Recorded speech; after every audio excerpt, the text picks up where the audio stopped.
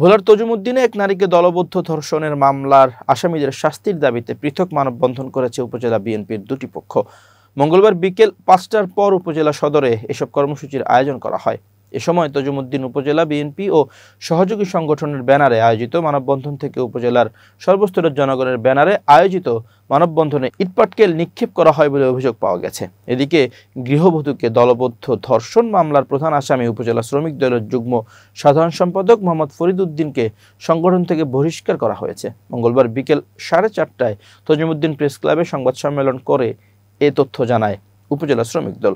উল্লেখ্য, তজুমুদ্দিন উপজেলার একটি ইউনিয়নে স্বামীকে রাতভর নির্যাতনের পর স্ত্রীকে দলবদ্ধ ধর্ষণের অভিযোগে তজুমুদ্দিন থানায় সোমবার একটি মামলা হয়। গত রোববার সকালে ধর্ষণের ঘটনাটি ঘটে উল্লেখ করে ওই মামলায় শ্রমিক দল, যুবদল ও কলেজ ছাত্র দলের কয়েকজন নেতাকর্মী সহ 7 জনকে আসামি করা হয়। ভুক্তভোগী গৃহবধূকে মঙ্গলবার ডাক্তারি পরীক্ষা ফরেনসিক জন্য ভোলা সদর হাসপাতালে নেওয়া হয়। পরীক্ষা শেষে তাকে আদালতে হাজির করা হয় বলে জানিয়েছেন তজুমুদ্দিন থানার ভারপ্রাপ্ত কর্মকর্তা মোহাব্বত খান।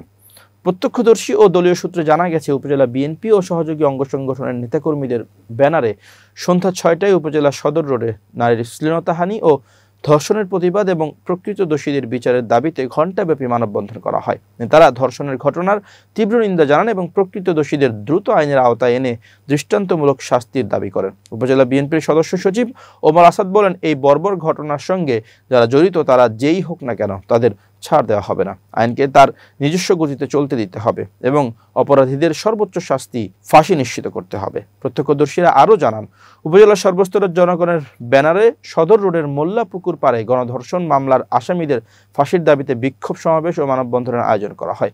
মোল্লাপুকুর পাড়ে কয়েকশো মানুষ জমায়েত হলে তাদের উপর অতর্কিত ইটপাটকেল নিক্ষেপ করা হয়। এ সময় তজুমুদ্দিন কলেজ ছাত্রদলের সদস্য সচিব মামুনুল ইসলাম, প্রস্তাবিত উপজেলা ছাত্রদলের আহ্বায়ক কমিটির আহ্বায়ক প্রার্থী মেহরাব হোসেন, চাঁদপুর ইউনিয়ন দক্ষিণ ছাত্রদলের সাধারণ সম্পাদক সাব্বির তালুকদার, কলেজ ছাত্রদলের নির্বাহী সদস্য সহ 25 জন আহত হয়েছেন। তাদের মধ্যে 8 জনকে ভোলা সদর হাসপাতালে এবং বাকিদের উপজেলা স্বাস্থ্য কমপ্লেক্সে চিকিৎসা দেওয়া হচ্ছে।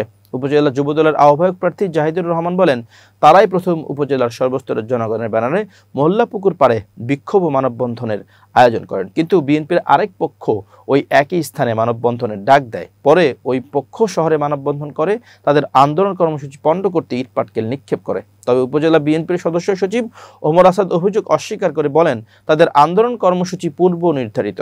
কে বা কারা ইটপাটকেল নিক্ষেপ করেছে তা জানেন না, হয়তো ধর্ষক পক্ষের কেউ হতে পারে।